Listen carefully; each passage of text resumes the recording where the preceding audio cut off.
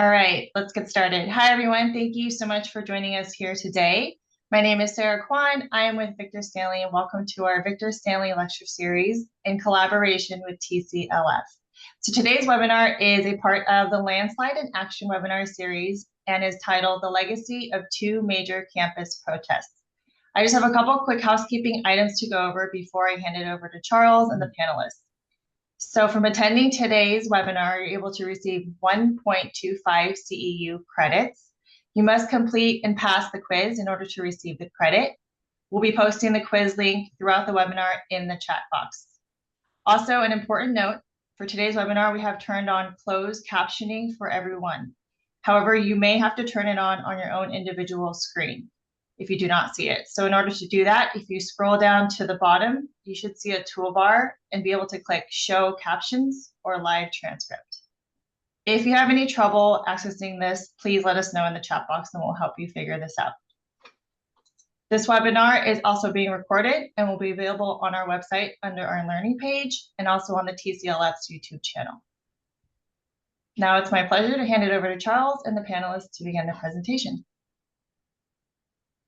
Good morning, good afternoon. Sarah, thank you for that introduction. And as always, thank you to Victor Stanley, who have been our partners. This is our 6th webinar in our ongoing series, which is dedicated to sites of public demonstration. Unlike our prior conversations that we've had that have focused on national parks, municipal parks, parkways, boulevards, historic sites, public markets, today is the first conversation dedicated to academic and campus landscapes. Now, if America's colleges could earn report cards for free speech friendliness, a recent study has suggested that most would get a grade of an F, and conservative students are increasingly joining their liberal peers in supporting censorship on campus. This is the results of the 6th annual College Free Speech Rankings, which was released on September 9th by the Foundation for Individual Rights and Expression. It shows a continued decline in support for free speech among all college students. Students of every political persuasion are showing a deep unwillingness to encounter controversial ideas. The survey is the most comprehensive look at campus expression in the country. It actually ranks 257 schools based on over 68,000 student responses to a wide array of free speech related questions. The rankings, of course, come at a critical time. For free speech on college campuses, clashes over the Israeli-Palestine conflict, a vigorous and aggressive culture of student activism, not to mention the Trump administration's persistent scrutiny of higher education. The foundation's president recently noted, quote, "This year, students largely opposed allowing any controversial campus speaker, no matter the speaker's politics." He went on, this is Greg Luke Kanaf, stated, "Rather than hearing out and then responding to an ideological opponent, both liberal and conservative college students are retreating from the encounter entirely." So here are some key takeaways of this report. 166 of the 257 schools surveyed got a grade of F for their speech climate, while only 11 schools received a grade of C or higher. Buckle up. Only 36% of the students said that it was extremely or very clear that their administration protects free speech on campus. A record 1 in 3 students now hold some level of acceptance, even if only rarely, for resorting to violence to stop a campus speech. 53% of the students note that the Israeli-Palestinian conflict is a difficult topic to discuss openly on campus. And finally, for the first time ever, a majority of students oppose their school allowing any of 6 controversial speakers that were presented to them, 3 liberal, 3 conservative, speaking on their campus. Quote, more students than ever think violence and chaos are acceptable alternatives to peaceful protest, said the study's chief research advisor, Sean Stevens. Quote, this finding cuts across partisan lines. It is not a liberal or conservative problem. It's an American problem. Students see speech that they oppose as threatening, and their overblown responses contributes to a volatile political climate, says Stevens. So, today, what can we learn from two historically significant and impactful protests at two American universities that led to fundamental changes in leadership, and how these events are interpreted online and on-site today? With that, I will turn this session over to our moderator, Maura Rockcastle. Maura is the principal and co-founder of the Minneapolis-based landscape architecture practice 10 times 10, and we're fortunate to count her as a board member here at the Cultural Landscape Foundation. With that, I'll turn this over to Maura. Thank you, Charles. Good morning, everyone. It is a true honor to moderate the panel this morning. Very excited about our conversation.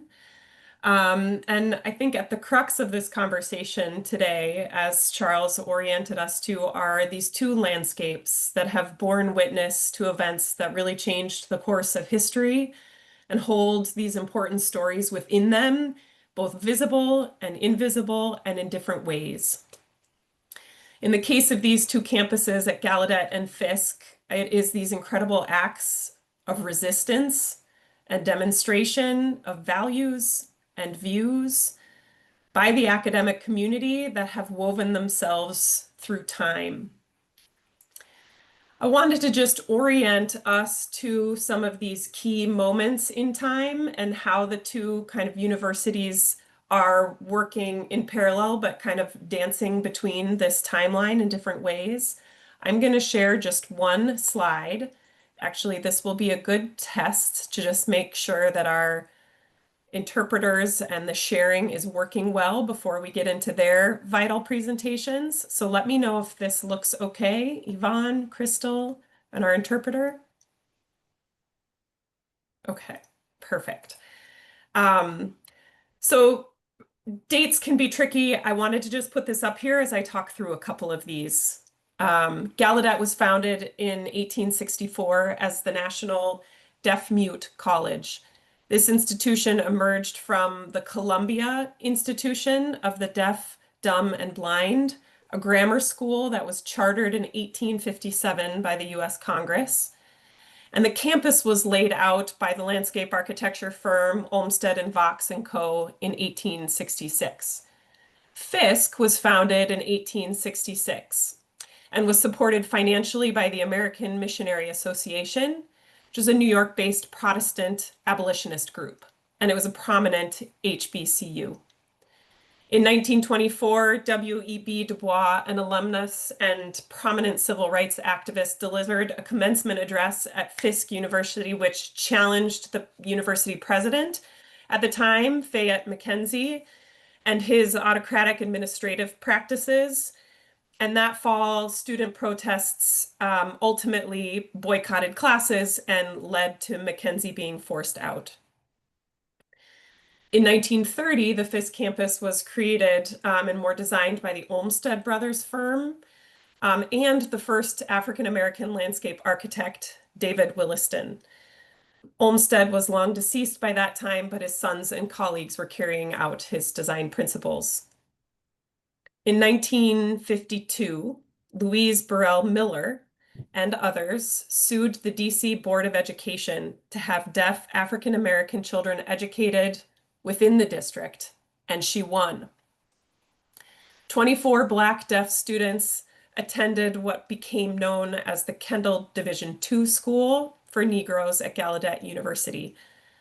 Miss Miller is an overlooked hero whose fight against segregation within the deaf education helped pave the way for Brown versus Board of Education decision. In 1965, Gallaudet was designated a National Historic Landmark. In 1968, following the assassination of Martin Luther King Jr., riots broke out just a few blocks from Gallaudet's campus. And the university actually responded to that by erecting a chain link fence around itself to isolate the campus from those bordering neighborhoods and the perceived threat of disruption. And incrementally, the university replaced those temporary barricades with more permanent perimeter fences that surrounded the campus through the 1970s. I'll come back to that. That's an important piece of why I am here helping to facilitate this and my relationship with Gallaudet in particular. In 1974, Gallaudet was listed on the National Register of Historic Places as a historic district. And 4 years later, in 1978, Fisk University was also added to the National Register as a historic district. In March 1988, a student protest began at Gallaudet when the Board of Trustees announced its decision to appoint a hearing candidate over the deaf candidates as its 7th president, which launched the Deaf President Now protests and led to the appointment of the university's first deaf president. So in the more near distant past, in 2016, 10 by 10 partnered with Mass Design Group to pursue an international design competition that looked at rethinking that campus edge and to create an active edge at the Florida Avenue and 6th Street edge in DC's Union Market neighborhood. That competition asked teams to think about how to breach that edge or how to erase it, and how to actually think about blending, again, community and the deaf community as an experience where kind of mutual learning and experience could more easily flow between the two. Our team reimagined the campus of Gallaudet University through a heightened sensory understanding of space. We did not win that competition, however, it began this meaningful relationship that we have with the university today. And in 2016, that same year, is when student leaders called for the university to examine its more historically fraught relationship with the African American deaf community as part of that new campus vision. And this resistance led to the Necessity of Now campaign, which echoes the urgency of the Deaf President Now protests and outlines a comprehensive vision to revitalize and reintegrate the campus within its urban context while also protecting its unique historic fabric and honoring this important tradition of civic action. And that new outdoor learning space, the Louise B. Miller Pathways and Gardens, a legacy to Black deaf children, has become an integral component in that campus thinking. And it is hoping to fulfill its ambitious capital campaign this fall. 10 by 10 has had the great pleasure of working alongside Yvonne Black and her team at Gallaudet, as well as Mass Design Group, to design this vital space in honor of Louise and her fight for freedom. And as Charles was speaking just now, there are moments in history, and I think now is an important one, when we're called to pause and reflect and ask ourselves what it means to resist. And in the face of governments restricting rights, deepening inequality, and the backlash against justice feels somewhat relentless, it has been helpful for me to remember that resistance is somewhat inevitable, and it is an extraordinary power, as we'll see represented today in the panelists' presentations. It is an insistence and a refusal to be erased. So I am very much looking forward to this conversation, and without further ado, I wanted to introduce our 3 panelists today. We're going to start the conversation with Dr. Crystal DeGregory. She's an associate professor of history and founding director of the Mary McLeod Bethune Institute at Bethune-Cookman University. She is going to kind of kick things off and share the story of student protests at Fisk and their impacts on civil rights. Then we're going to jump to Robbie D. Jones, who's principal senior architectural historian and Tennessee branch manager for the cultural resources consulting firm Richard Grubb and Associates. And Robbie will focus on the kind of built environment surrounding those protests at Fisk and the importance of that context. And then we'll end with Yvonne Black, Associate Director of Gallaudet University's Center for Black Deaf Studies. And she will orient us to the layers of protest and activism at Gallaudet that continue to shape and reshape that physical campus and spirit of civic action. So I'm going to turn off my camera now and hand it over to Crystal DeGregory. Good afternoon. Many thanks to the Cultural Landscape Foundation for bringing us together and for insisting that landscapes, whether polished or contested, are never neutral. They hold memory and they bear witness. I'm honored to join this program, and I come to this conversation not only or merely as an observer, but as a daughter of these histories, a historian of Black education, a scholar of HBCU life, and an alumnus shaped by Fisk University itself. My remarks uprising the Fisk University protests of 1924-1925 offer only a brief window into a rebellion born from reverence, students who loved their university enough to demand that it was worthy of them, not as mere history, but as a living instruction on courage and conscience. And what they knew then, we must remember now. Black respectability will not save us. Silence in robes, regalia, or suits is simply complicity dressed up. First slide, please. Fisk University was born in contradiction. Its founders, white missionaries of the American Missionary Association, came preaching freedom, yet practicing control. They carried the Bible in one hand and the balance sheet in the other. They believed in Negro education, but not in Negro authority, and certainly not in Negro or Black self-determination.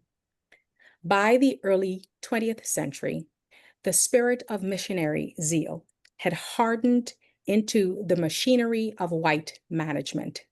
Presidents, all white men, came and went, each accountable not only to their students or their community, but to donors, boards, and the illusion of interracial goodwill.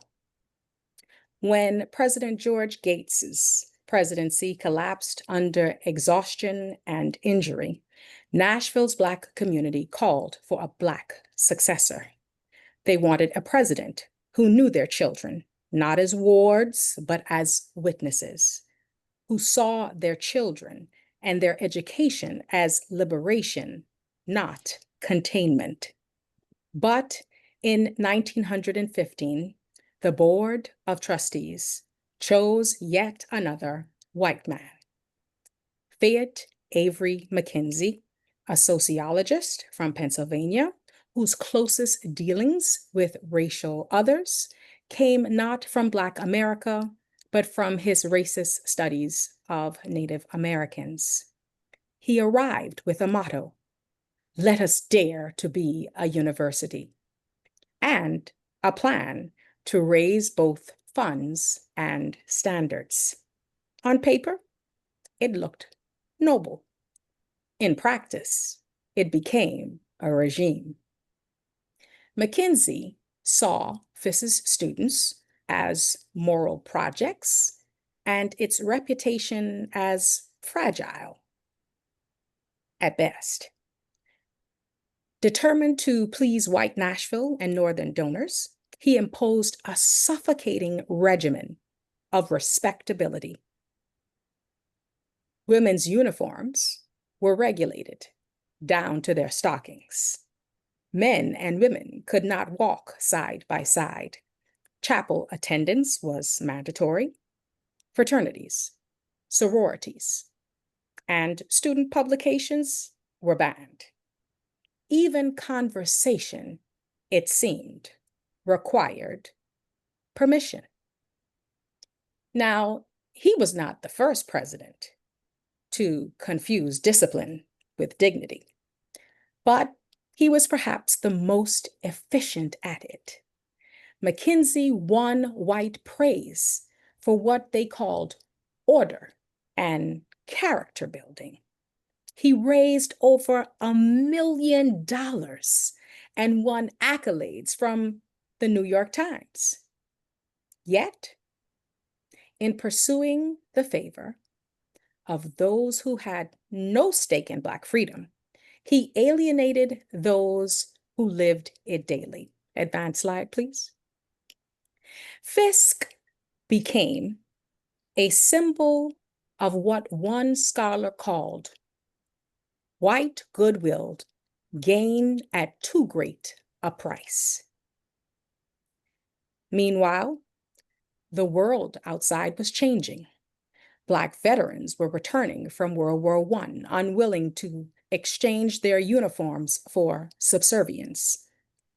The Red Summer of 1919 had baptized the nation in blood, revealing that democracy abroad meant little if it could not be practiced at home.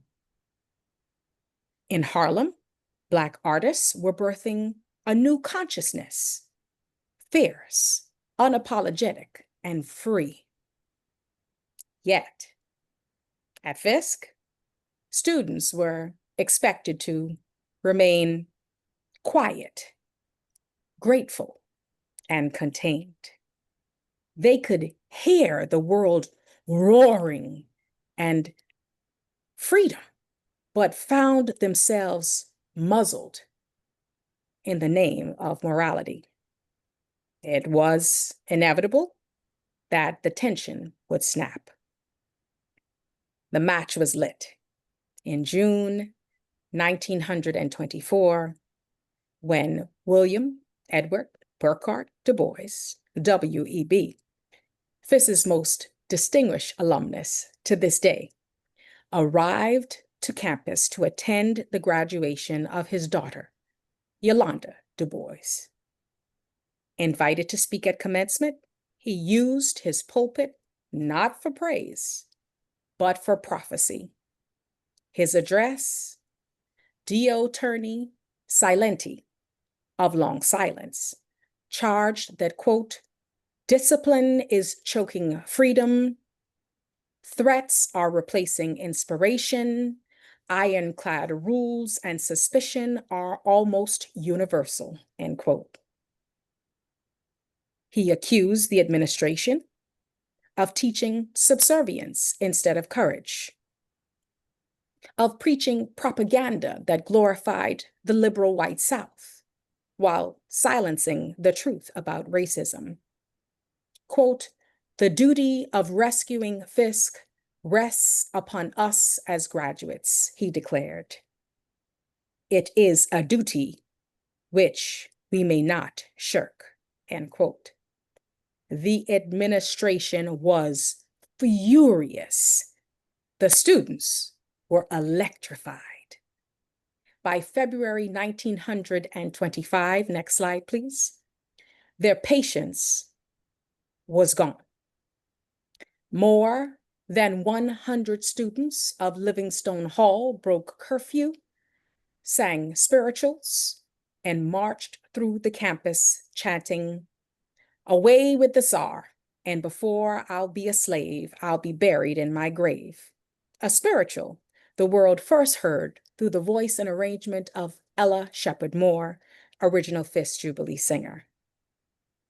They invoked Du Bois's name like a battle cry. They demanded the right to speak, to organize, and to be treated as adults. McKinsey responded by calling the police, a decision that enraged Nashville's Black community, who knew all too well what white police meant for Black safety. Advance slide. To white Nashville, the students' revolt was a Negro riot. To Black Nashville, Mackenzie himself had become a symbol of white domination. When the Board of Trustees refused to act, the students refused to relent. The Nation magazine covered the story, noting that to the wider white public, the unrest was a Negro uprising. But to those within the Black world, it was deliverance. And by April, the students' defiance had accomplished what polite appeals never could. Fayette Mackenzie resigned. His defenders said he had raised Fisk's profile and prestige. His critics said the students had rescued the school from its own hypocrisy.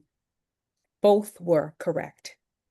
Because what those students saved was not just a university. It was the moral integrity of higher education, and Black higher education in particular itself. Thank you.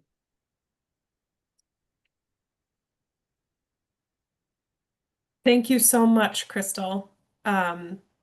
We will continue talking about Fisk with Robbie Jones. You can take it away, Robbie. Good morning. So today I'm going to talk to you about the consequences of the campus protests that occurred over the 4-month period that Crystal just elaborated on at Fisk and what remains of the built environment from that period. Next slide. As Crystal described, Fisk University was founded in 1866. It became known for the Jubilee Singers who toured the world to help raise funds at Fisk. With those funds, in 1873, they established a hilltop campus on Jefferson Street and built Jubilee Hall, seen in the distance. Next slide. Located about 2 miles from downtown Nashville, the 40-acre campus was crowned by Victorian Gothic-style architectural landmarks such as Jubilee Hall, Fisk Memorial Chapel, Bennett Hall, shown here on the left, and Livingstone Hall, shown on the right. These landmark academic buildings boasted of lofty spires visible throughout the city. Next slide. In 1915, Fisk was in a dire financial situation when the board hired Dr. Fayette Avery Mackenzie as president. As Crystal noted, he solicited large contributions from white donors and launched the $1 million campaign to shore up Fisk finances and improve the campus. Seen here are students at chapel exercises and posed at the entrance to Livingstone Hall. Next slide. Also, as Crystal noted, on June 21st, 1924, Du Bois delivered the Fisk commencement address at Memorial Chapel. During the coinciding alumni banquet, he lashed out at the administrative practices of Fisk President Mackenzie, claiming never to have known an institution whose alumni, on the whole, are more bitter and disgusted with the present situation in this university than the alumni of Fisk University today. Within days of this speech, tensions between Black students and white administration and benefactors quickly polarized. Nashville citizens along racial lines and initiated a campus standoff that would have national implications for the future of African-American education. A leader in the alumni movement to oust Mackenzie, Du Bois published an article in the NAACP's magazine, The Crisis, where he boldly stated, "Men and women of Black America, let no decent Negro send his child to Fisk until Fayette Mackenzie goes." Next slide.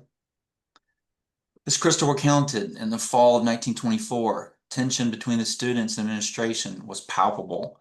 In October, the students created a petition with a list of grievances, which the administration largely ignored. In November, students marched across campus and locked themselves inside of Livingstone Hall and requested an arbitration meeting, which Mackenzie refused. As a result, students protested and boycotted classes to force Mackenzie to resign or be fired. Many students transferred to Howard and other universities.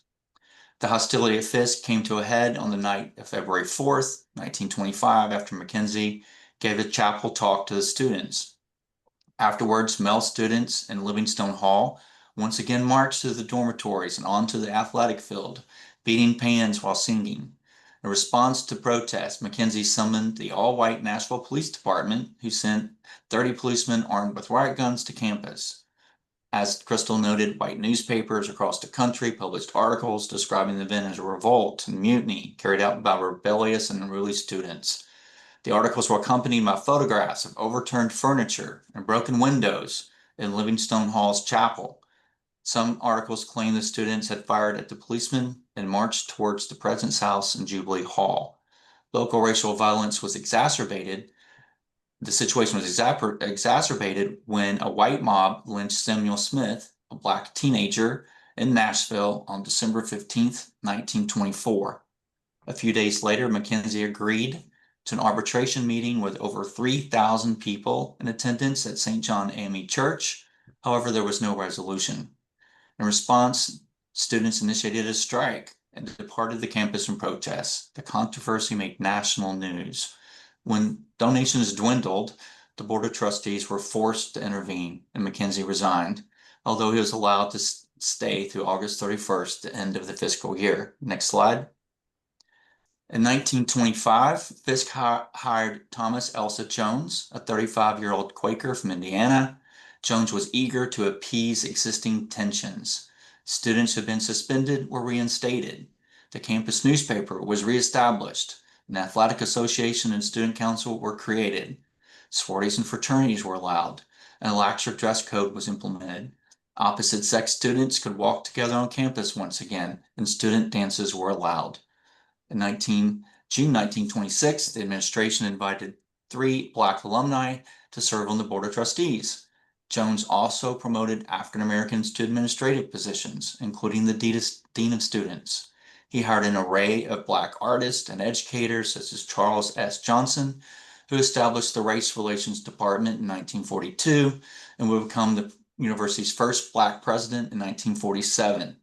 Under Jones, the campus witnessed the birth of a new Fisk with construction of new buildings. He hired the campus master planning by Olmsted Brothers, and he elevated the stature of academic programs that were on par with the nation's foremost universities. In the 1950s and 60s, many of the university students played a critical role in leading nonviolent protests during the Civil Rights Movement. Next slide. The central building involved in the student protest, Livingstone Hall, unfortunately was destroyed by a fire on May 8, 1970, ironically, during another student protest. The president's house has also been demolished. However, the Fisk campus retained several resources that witnessed the student protest, including the Central Campus Quad and several buildings that line the quad, including Jubilee Hall, Fisk Memorial Chapel, the Fisk Gym and Mechanical Arts Building, which was converted into the renowned Carl Van Beckton Art Gallery in 1949, and Carnegie Hall, a former library. Next slide. Other buildings and sites that remain from that time include the Dr. Thomas Talley House, now Alumni House, Richard Harris House, now the Harris Music Building, and the cornerstone of the original Livingstone Hall, which is displayed in front of the new Livingstone Hall, as well as portions of the quad surrounding Cravath Hall.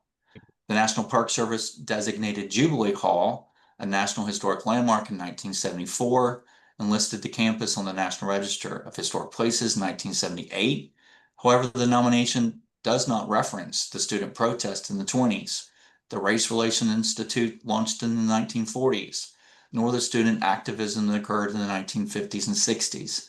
Today, preservationists in Nashville are advocating for the entire campus to become a National Historic Landmark and to include documentation of the buildings and landscapes associated with Fisk's pivotal role in student activism during the American Civil Rights Movement. Next slide. And with that, I want to say thank you, and I will close.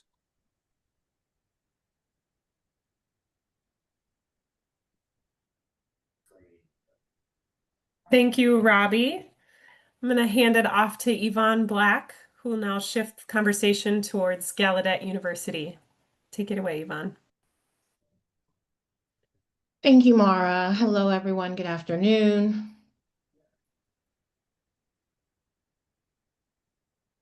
All right. I actually have two different but aligned protests. The Louise B. Miller fight for her deaf son, her black deaf son, which occurred in 1952, which actually happened before the Brown versus Board of Education Act that we're also familiar with. Louise B. Miller had a deaf son. Again, they were a black family. Louise B. Miller actually was a student at Howard University. And so when she had her deaf son, at that time, there wasn't early intervention as we know it today. Most school systems across America actually neglected Black deaf children because of the law of the land at the time, which was segregation. And so their education was not prioritized. And so Mrs. Louise B. Miller and her family actually lived 7 minutes away from Gallaudet University. So she reached out to Gallaudet because they did have an elementary school on their campus, and she asked could she send her son Kenneth to enroll in the school. And so when she made that application, she was actually denied. And so we want to highlight that fight for today. We actually have now the Center for Black Deaf Studies where I am currently located, and I'm an employee of the Center for Black Deaf Studies, which I'll talk about a little bit more. But let's go to the next slide, please. All right. So here we have Louise B. Miller, and she's pictured with her son, Kenneth. Kenneth Miller, a young man, very dapper in his suit and tie there. And then we also have Luther Miller, who was a DC police officer, Kenneth's father. So when they found out that Kenneth was deaf, they reached out to Gallaudet University. They, again, were members of the community. They paid taxes in the District of Columbia. And Gallaudet University's president looked at their application at the time, President Elstad, and we actually have this letter. He sent them a letter and said, we will not accept your son, Kenneth, because he is a Negro student. And so when Louise B. Miller and the family received that letter, they, of course, began to wonder where could their son be educated. President Elstad suggested to them that he go to the Overly School for Negro Deaf Children in Baltimore, Maryland, which was about an hour away, 15 minutes away from where they lived in DC. And of course, Mrs. Miller was concerned about her son being away from her, being educated at a school for the deaf. But she visited the Overly School for the Deaf in Baltimore, Maryland, and she was not satisfied with the school. The mom did not want to enroll her son there. And so she told Kenneth that they would just make do until he went to elementary school. When he reached the first grade, they knew that Gallaudet had already declined his application. And at this time, they were homeschooling Kenneth, but she contacted her mother in Pennsylvania, and there was a school for the deaf in Pennsylvania. Kenneth's grandmother lived there in that area. They would have to pay the school's tuition, but she wanted to send her son to the school there in Pennsylvania because it offered a better quality education than the school in Baltimore. Mrs. Miller went on to actually have 2 other deaf sons, and when she saw that she had these other deaf sons that needed to be educated, she didn't want to send them out of state to the Pennsylvania School for the Deaf where Kenneth had been enrolled. So she decided to take upon herself to have a lawsuit. The first lawsuit that she filed against Gallaudet University in the DC Department of Education, she lost. She got together with other Black deaf families in the area, and they actually put together a second lawsuit, which they eventually won. And she was able to contact the American Veterans Committee to help her with this second lawsuit. They actually were working with a law firm that were suing different entities within the United States on behalf of our World War II Black veterans who were returning to the United States fighting for their rights, for housing, for education, etc. And so they were able to look at different laws that were on the books, like Plessy versus Ferguson, and another law that was on the books in the DC arena or of jurisprudence, 1904. And what it said was, in this particular law that they found when they did their research, was that the education that was provided to white children had to also be provided to Black children. And so they were able to use those 2 laws to win their case. And this was in 1952, Miller versus the Department of Education in DC, and this was before Brown versus Board, which we know was passed in 1954. Next slide, please. Okay, So during that time of the segregated school, when they won their case, they established a school for Negro deaf children on the campus of Gallaudet. So again, the Miller versus the DC Board of Education. The judge ordered Gallaudet University to establish a school on the campus for Black deaf children. And of course, at that time, Gallaudet University's president tried to, get around this, but to no avail. They actually established at that time. We had the National Association of the Deaf, but the National Association of the Deaf did not accept Black members when it was first established. And so Gallaudet did have to establish this school on their campus for Black deaf children. And the buildings that I saw in the Fisk presentation were beautiful, very historic buildings, that Victorian Gothic style of architecture. And so I do wonder about these hidden narratives that we see. We know that enslaved individuals might have even had a hand in building some of these buildings. And so we know that Gallaudet University's history in some ways mirrors Fisk. The fact that enslaved individuals, people of color, were not being served in the way that they should be in terms of education. And so the school building that they originally built for those African American deaf students was subpar. It wasn't the same type of building that the white deaf students were being educated in. And so one of the lawyers that were hired by the American Veterans Council that Mrs. Miller worked with, lawyer Cobb. He actually went on to later work with Thurgood Marshall in his case, Brown versus Board of Education. And so we would like to say within our community that the lawsuit that Mrs. Miller filed in 1952 set some legal precedent that Brown versus Board could then call upon and use when they went to the Supreme Court, which then forced segregation to become illegal and led to integration in the United States. And so what we see here is that this was a mother's advocacy for her children. Again, different parents and families of Black deaf children in the District of Columbia coming together because they wanted to have their own community and they wanted their deaf children to be educated appropriately. Okay, let's go to the next slide, please. Okay, so now as you see, here is the picture of the 24 Black deaf children. Now, out of the 24 Black deaf children, we do have some who are still surviving. Last August, we actually lost one, so we have 4 of those former students still with us today. Kenneth Miller is 84 years old now, and this is the plaque that we have on our campus that is symbolic of the school that had been founded on that particular site. Okay, let me check something here. Okay, I can't see myself for some reason. Yeah.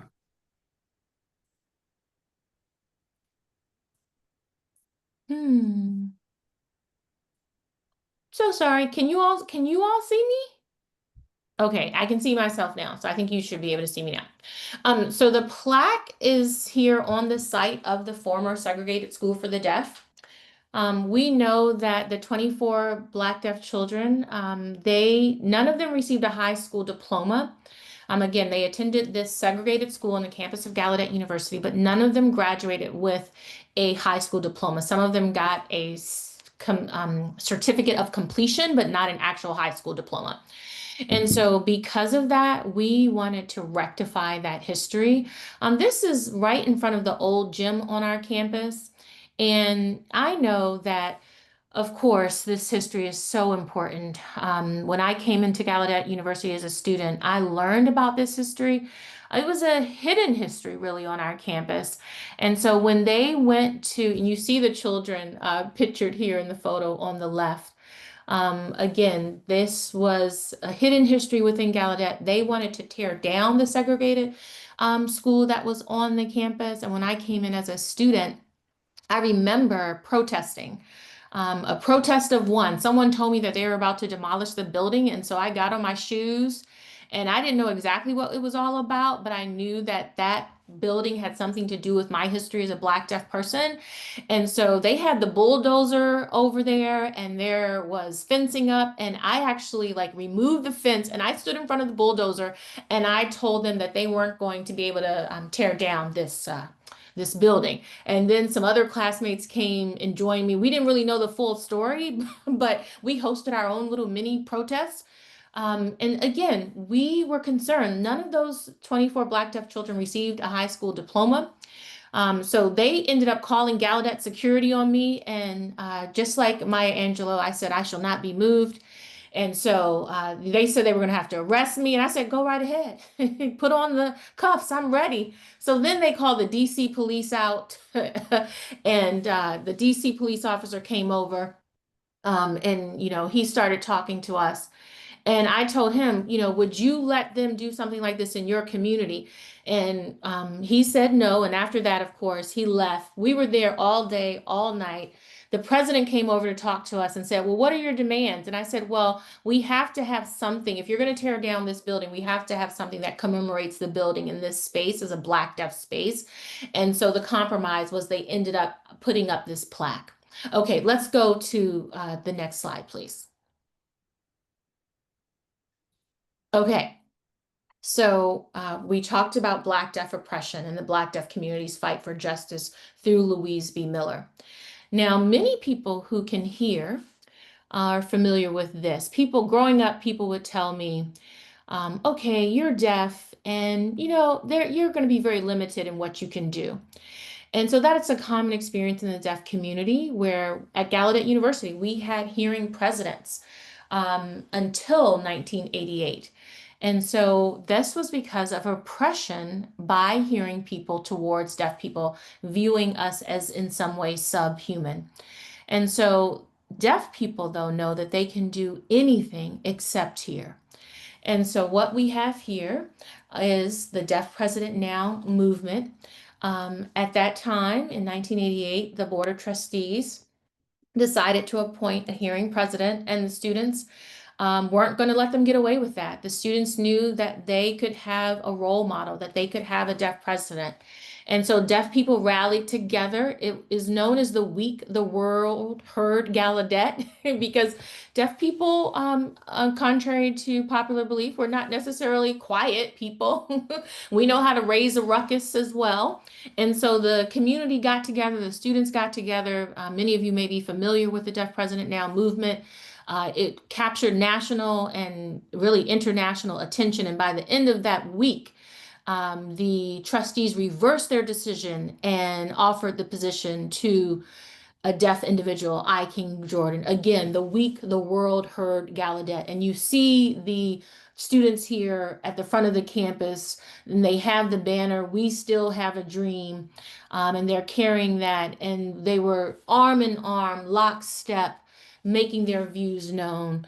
And the community rallied around the students at this time. Now, I do want to mention something very important. You see the banner that they're carrying, "We Still Have a Dream." That one person actually reached out to the NAACP from our campus and the Baltimore chapter of the NAACP, and they allowed them to borrow this sign. This sign had been used in previous protests related to civil rights. And so they were able to bring this banner to Gallaudet, and they joined us. Some members of the NAACP chapter from Baltimore joined us and allowed us to borrow the sign as we marched to the Capitol.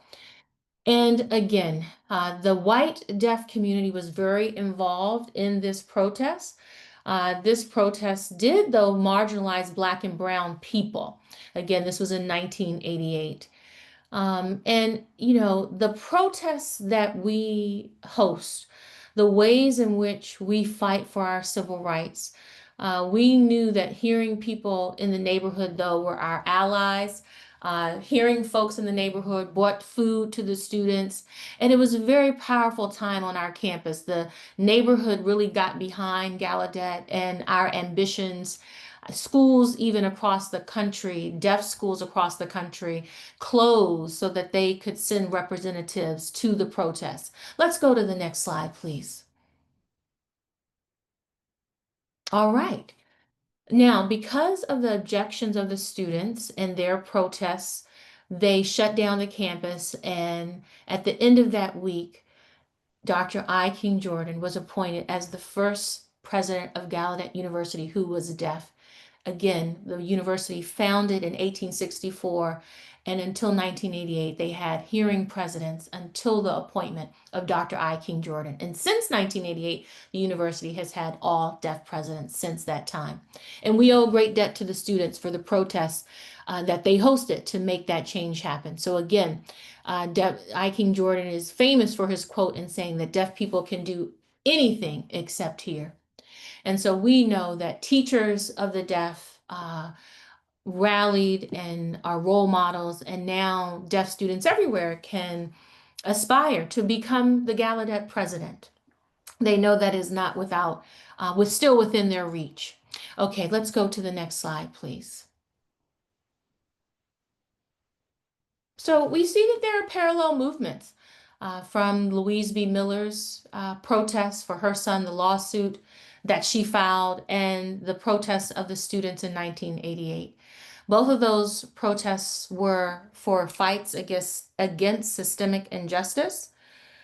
They were fights for the civil rights of deaf people, human rights for all people, really. And so we know that at the end of the day, there is oppression.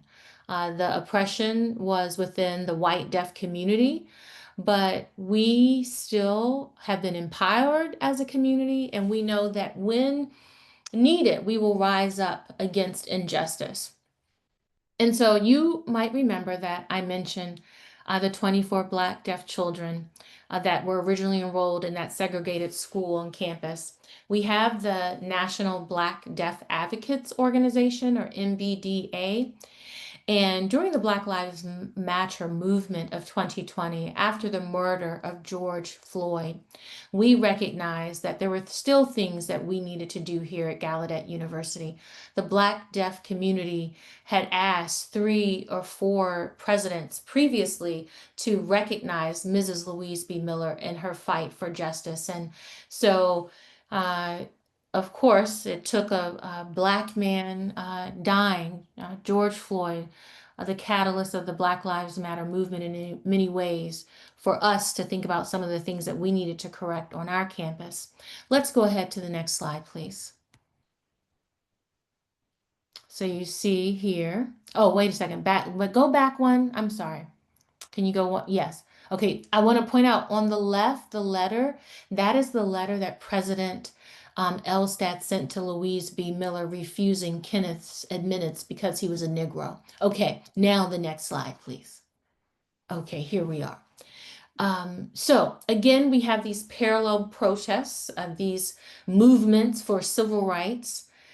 And again, as I said, the week the world heard Gallaudet, that was in 1988. And we are positioning ourselves on our campus so that we are in a better place regarding these issues. We know that the Louise B. Miller Garden and Memorial, we will finally break ground on that in the spring. And there are 4 themes for the garden. 1, awareness. First, we have to know and realize that there is a fight. 2, freedom. Our Black deaf education is so important, and we know that freedom is never a straight line. It takes a meandering path at times. For some folks who are more privileged, perhaps that's not the case, but for Black deaf community, that is the case. The 3rd theme is remembrance. We have to remember the fight, remember the struggle. And then the 4th theme is healing. We want to move on to a brighter future, a better tomorrow, righting the injustices and wrongs of the past. We know that there is sorrow, but sorrow can turn to beauty. And so we know that we can move from pain to strength. Next slide, please. So today, here we are, 2025. The Center for Black Deaf Studies was established 4 years ago. We now have our first female deaf president, Dr. Bobby Cordano.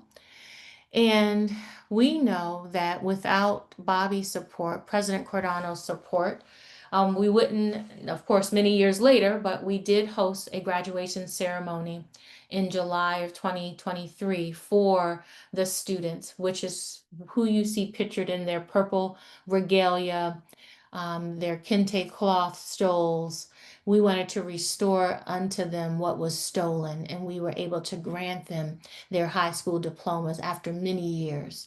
And so we are so very thankful for this opportunity to share our story with you.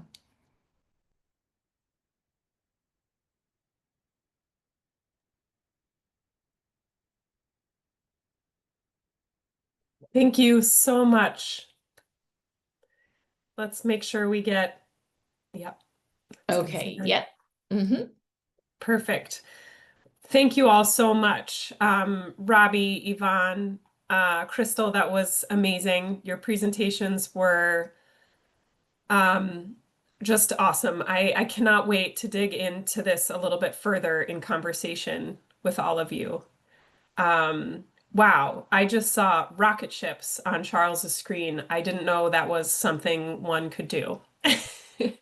It's amazing.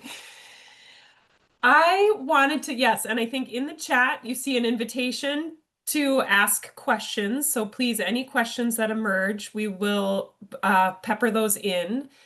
We had a few questions for the group to start. And actually, Yvonne, you sent a question for the group earlier this week that I wanted to start with.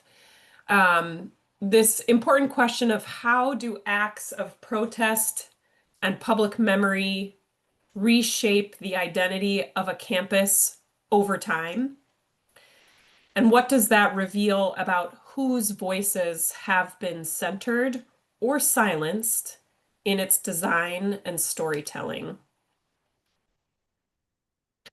So that's sort of an open question for all three of you when you're ready.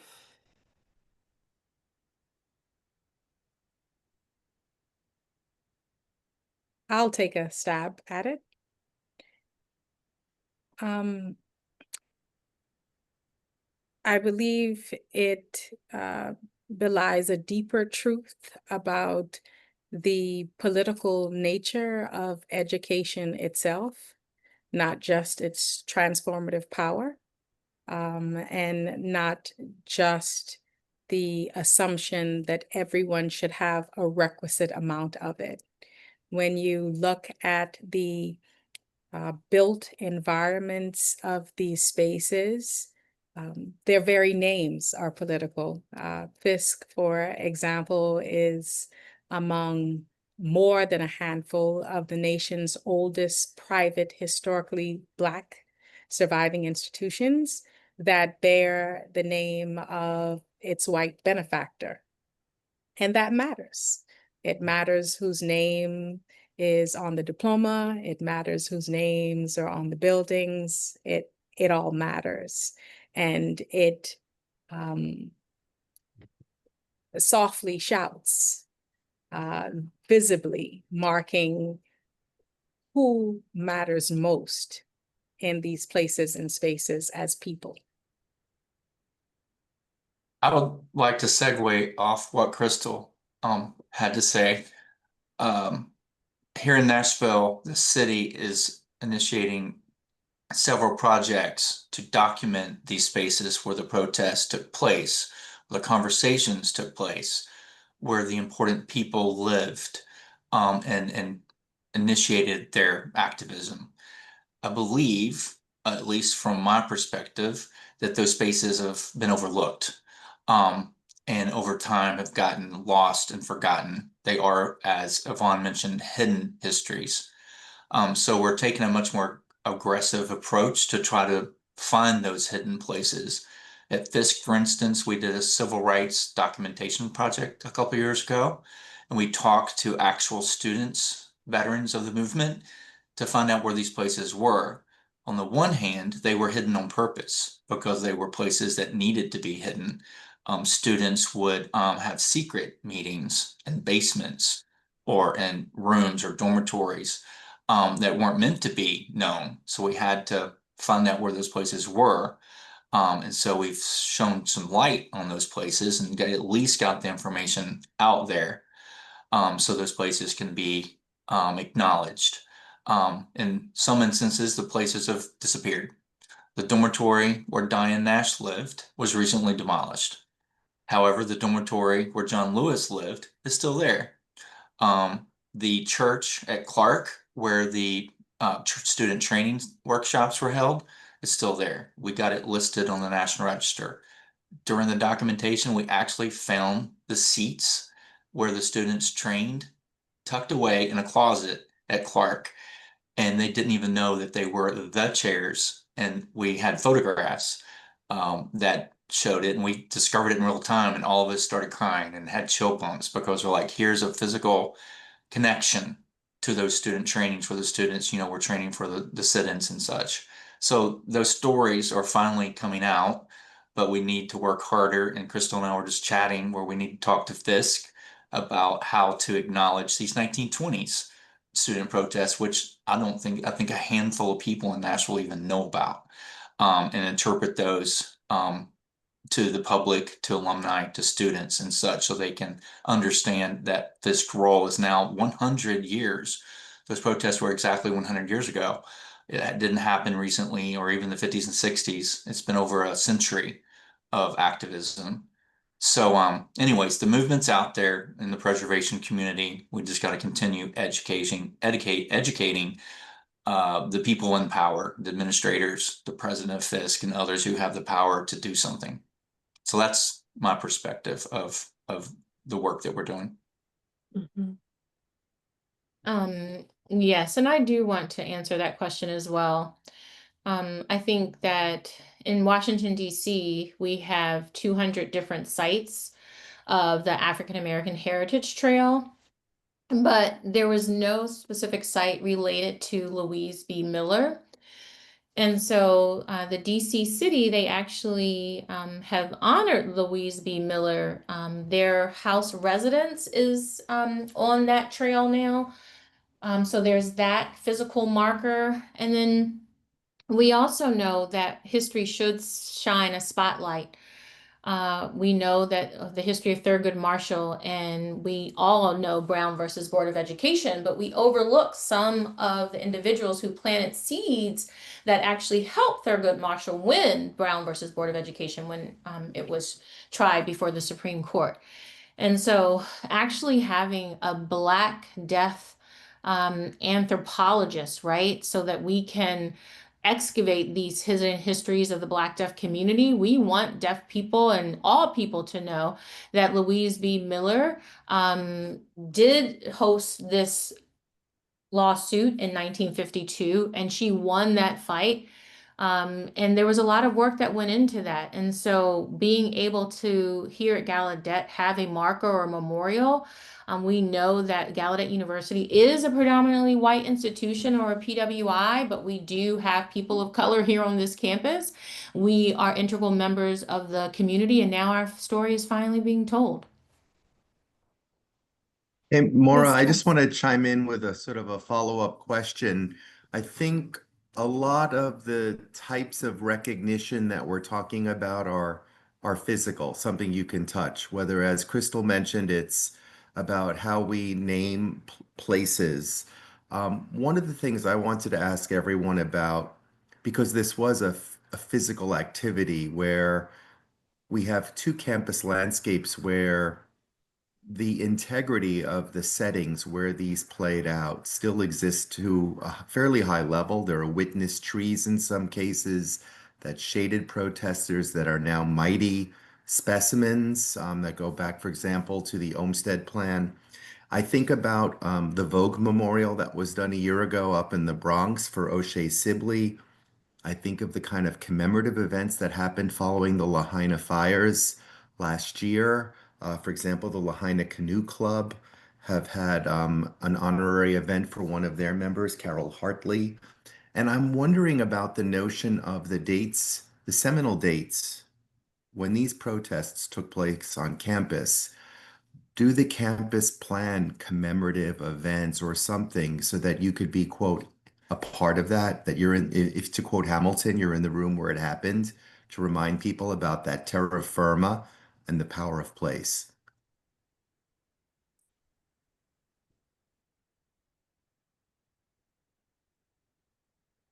Crystal is an alumnus of Fisk, so she has connections there.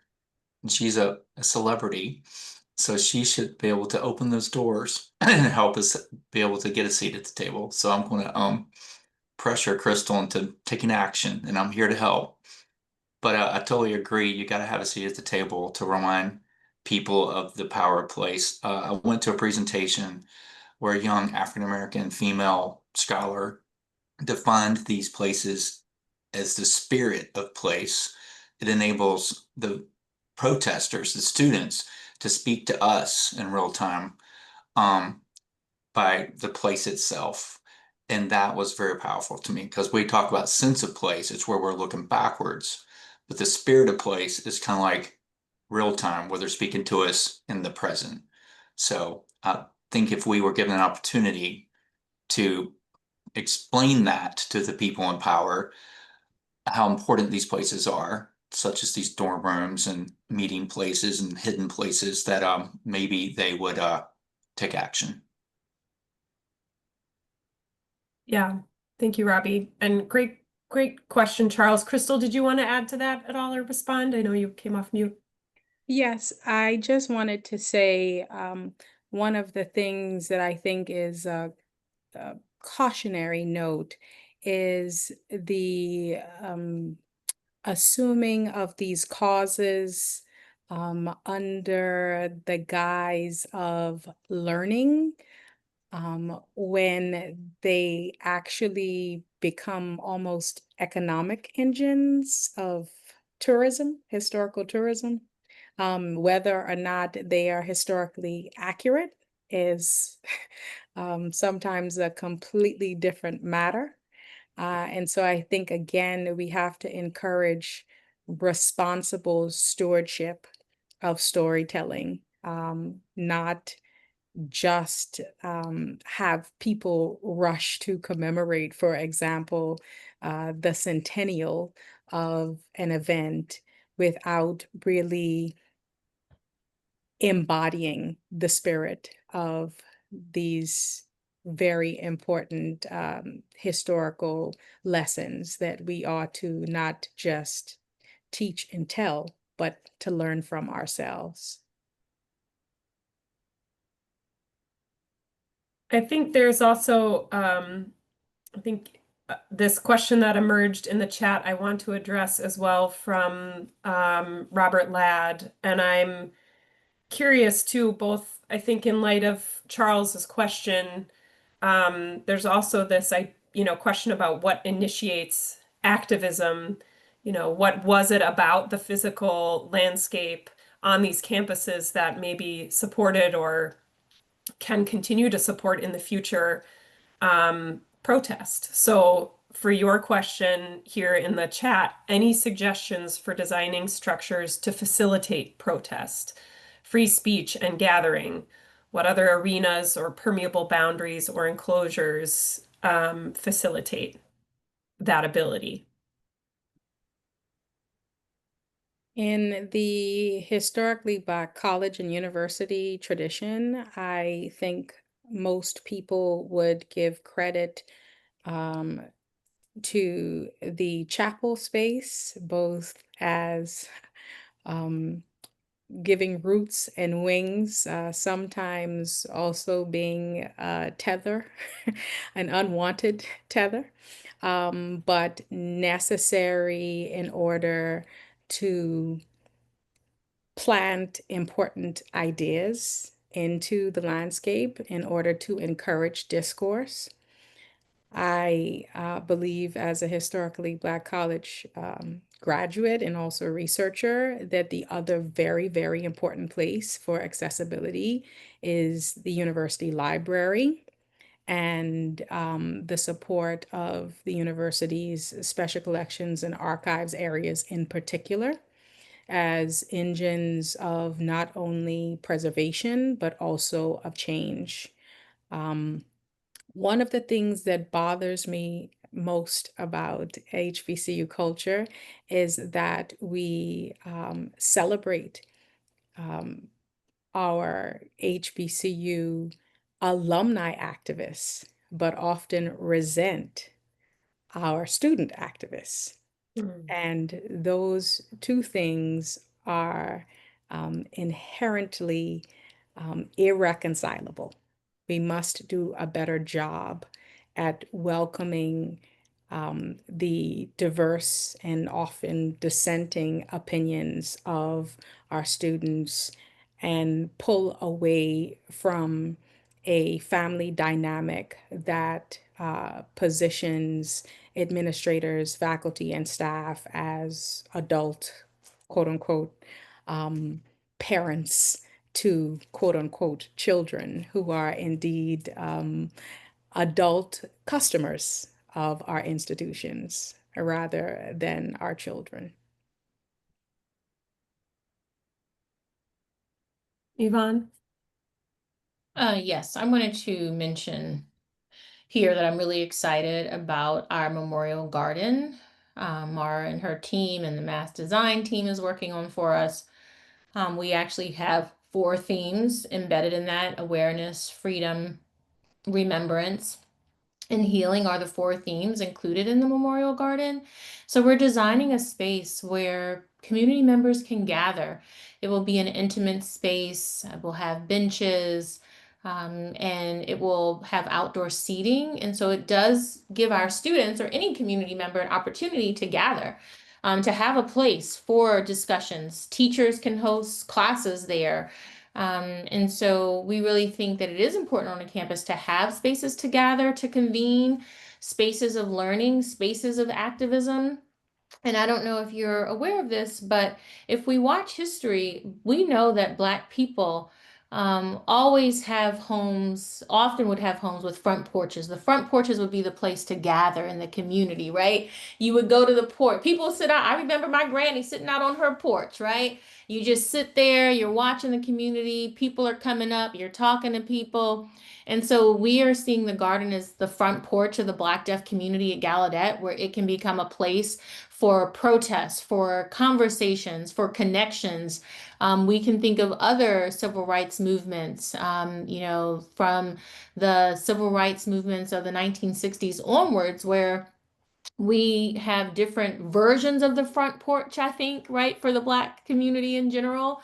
And so it will be a space on our campus where there hopefully will be freedom, because deaf people and deaf people of color have experienced oppression in different ways. And so we know that the Louise B. Miller Pathways and Gardens will become a site of activism for us once it is completed. Mm-hmm. One of the powerful things I think about the site for the Louise B. Miller Memorial and Gardens is that it is literally on the land where that original Kendall School building was located. So there is a power and a charge to that ground in particular. So I think to this kind of larger question of how do we facilitate and design places that initiate activism now, and also to your question, I think, Charles, about how these elements that have persisted over time, that witnessed these events or are tied to these events physically, that there is something uncontestable about the power that comes with that adjacency. So even though the memorial is not within the historic district, it is adjacent. And so, and also standing on the ground of this memorial means something. There is a relationship there and a power that I think you feel, and how the design is being nested within new fabric is a little awkward. And I think there's actually some power in that too. So, Indeed. yes. Sorry, thought I heard a question popping up. When curious just to push on this maybe a little bit further and ask you all what is sort of gained or lost by presencing these stories or by their absence in the campus right now. or even if in the building or within the curriculum.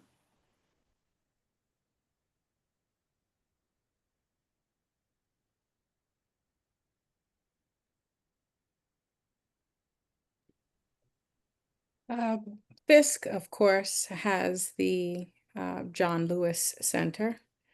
It for social justice. It is a physical and intellectual inheritor of a much longer trajectory. But I, for example, am mortified by the fact that the Race Relations Institute was so summarily closed that we don't even know when it happened.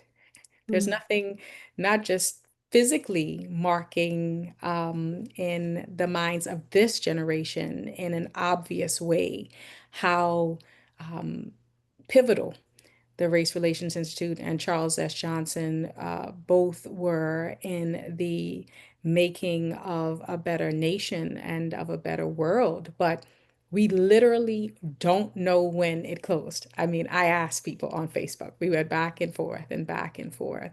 And I think the politics of persistently changing presidencies and the desire of administrations to always do something inaugural is chipping away at the fabric of those things that historically worked well at these institutions. We're not politicians on a ticket that have to end a program because we are preoccupied, consumed rather, with the idea that the previous administration did nothing well. We must resist the urge to begin again and again and again, especially when we already have a blueprint that proved works. Crystal, the Race Relations Institute closed in 1969. We were able to figure that out from the Civil Rights Documentation Project. What took a while was to figure out where it took place because it bounced around campus. The final year, so it was in a that 1950s building that's behind the chapel. I forget the name of it. Between the chapel and the John Lewis Center. It was in that building, but it took us a while to figure that out, again, because that story isn't told on campus. But that was part of that project's goal, was to find these hidden places. But I totally agree with you, as someone who's not a Fisk alumnus and who walks around the campus a lot and sees these beautiful places, I would love to hear those stories. You know, if I were just a member of the public or a student or an alumnus, to go, oh, that's where that thing took place. This is where the protest took place, or the students, or the meetings, or the activism. And I would love to help you and Fisk, you know, identify these places and start marking them in some way, like you said, in an intentional way, not in a haphazard way. Well, I think here, again, this is where we get into the politics, because you're talking about the Race Relations Institute in the person of Charles S. Johnson, and I'm talking about the Race Relations Institute that I met when I arrived at Fisk in 1999, which existed under the direction of Dr. Raymond Winbush. You're right. And so again, this is where we need more conversation about what the parameters are of these definitions, and offering windows for expanding them from what physical structures they were once attached to. I mean, when Raymond Winbush came, he operated the Race Relations Institute in that very building that you're referring to. And of course, we know that Park Johnson exists. But again, once he left, there was a center that was opened named for global education or something of that matter under the presidency of Hazel O'Leary. that summarily closed the work of the Race Relations Institute because she declared that the work of race relations had been done with the presidency of Barack Obama. So here we are. So you're right. I'm a preservationist and I get trapped in the historic period and I forget about the contemporary period. But you're exactly right. I was talking about the one under Johnson. And so thank you for reminding me that the contemporary history is just as important. Well, I know we're getting close to time, but Yvonne, you had your hand up. I want to make sure you have time to comment on this. Yes, I just wanted to mention how many of you have gone to the African American Museum here in DC, the African American Museum of History and Culture. I actually went, and I know that some histories are sometimes lost because I think one of the things that was missing for me in my visit was mention of how we have the intersectionality of the Black civil rights movement and the disability movement. I would love to see Louise B. Miller featured in the National Museum of African American History and Culture. We know that Brown versus Board and Thurgood Marshall and that pivotal civil rights lawsuit was mentioned. And so we are working to see Louise B. Miller even honored and her story being told in our National Museum of African American History and Culture under the Smithsonian Institute. And so we also know in terms of curriculum, not everyone knows, about this good work.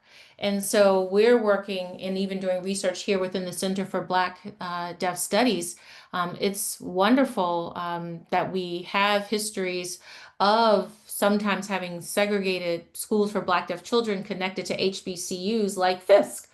And so the fact that this is often lost within our history is a loss, I think, to all of history. And so we're so glad we can make these connections. And so I'm wondering if Fisk may have some Black deaf folks in your community. I don't know, in the Fisk University community that I would love to meet and know and learn from and have an exchange of information and ideas. We are very close to Howard University here at Gallaudet University. And so we know that we just want to preserve our history and not lose it. Thank you. Thank you all so much for attending this webinar. It has been a pleasure to share some space this afternoon. And I am just so excited to continue to think about these topics you all raised. So thank you so much. Maura, thank you so much. And thank you to all of the speakers. This is just the booster shot that I needed to get me through the rest of this week. I want to also just give a shout out to Victor Stanley, who are our hosts. And then finally, if you enjoyed this webinar, we have 2 more remaining. On November 6th is the Invisible Histories Along the Mississippi River. I know that's going to be fantastic. And then our final webinar is looking at elevating and interpreting Chicano history and the Salazar protests. And it has resulted in a very exciting project by KDI and SALT, the landscape architects is the latter firm. So please join us. Thank you, everybody. And don't ever forget about our given rights to take it to the streets. So thank you all. Thank you. Thank